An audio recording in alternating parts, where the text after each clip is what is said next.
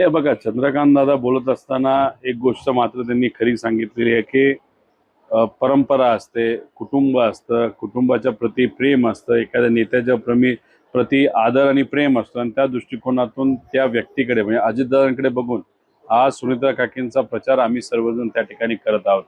आता दुसरं जे वाक्य होतं ते साहजिकच आहे, एका राजकीय मोठ्या नेत्याकडनं थोडंफार राजकीय वक्तव्य येणं हे अपेक्षित आहे आणि ते वक्तव्य त्या ठिकाणी त्यांनी केलेलं आहे.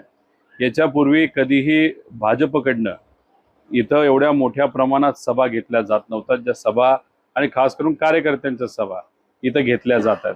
याच्या आधी कधीच भाजप आपल्याला दिसली नसते. ठीक आहे, भाजप हे विरोधात नक्कीच दिसले असेल, मोदी साहेब येऊन गेले सगळे, पण दादांच्या प्रचारासाठी न 2024ला एवढी मोठी कार्यकर्त्यांची सभा झाली होती, न लोकसभेमध्ये त्या ठिकाणी झाली होती. मग आत्ताच कशी, असाही प्रश्न तिथं आम्ही विचारू शकतो.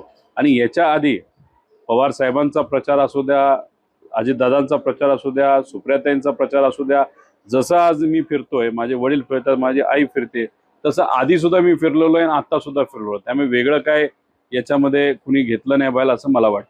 विजयाचा विश्वास कसा आहे आणि सगळे पवार कुटुंब फिरते सहानुभूतीची लाट असताना एवढ्या म्हणजे आम्ही 40 अंश सगळे करताय का?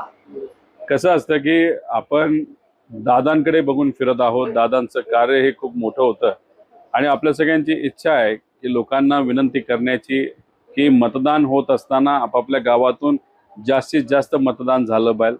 कारण आम्हाला विश्वास आहे 98 ते 99% मतदान हे सुनित्रा काकींना त्या ठिकाणी होणार आहे. त्यामुळे शेवटी लोकांपर्यंत पोहोचणं महत्त्वाचं असतं. बारामतीकरांना घरी बसून तुम्ही काय आदेश देऊ शकत नाही.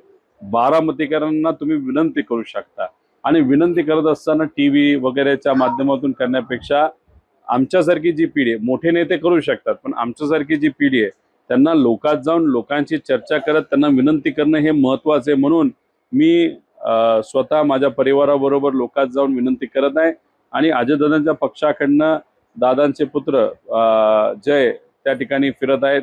युगेंद्र आपापल्या लेवलला जाऊन लोकांशी संवाद त्या ठिकाणी साधत आहे. पार नियोजनामध्ये लक्ष देऊन आहे असं आम्हाला त्या ठिकाणी कळतं. त्यामुळे सगळेच जण अजितदादांच्या कर्तृत्वाकडे बघून दादा नसताना सुनित्रा काकींना मदत व्हावी, कुठेतरी मतदानाचा आकडा त्या ठिकाणी वाढावा, यासाठी सगळे प्रामाणिकपणे लोकांपर्यंत पोहोचण्याचा प्रयत्न त्या ठिकाणी करत आहेत.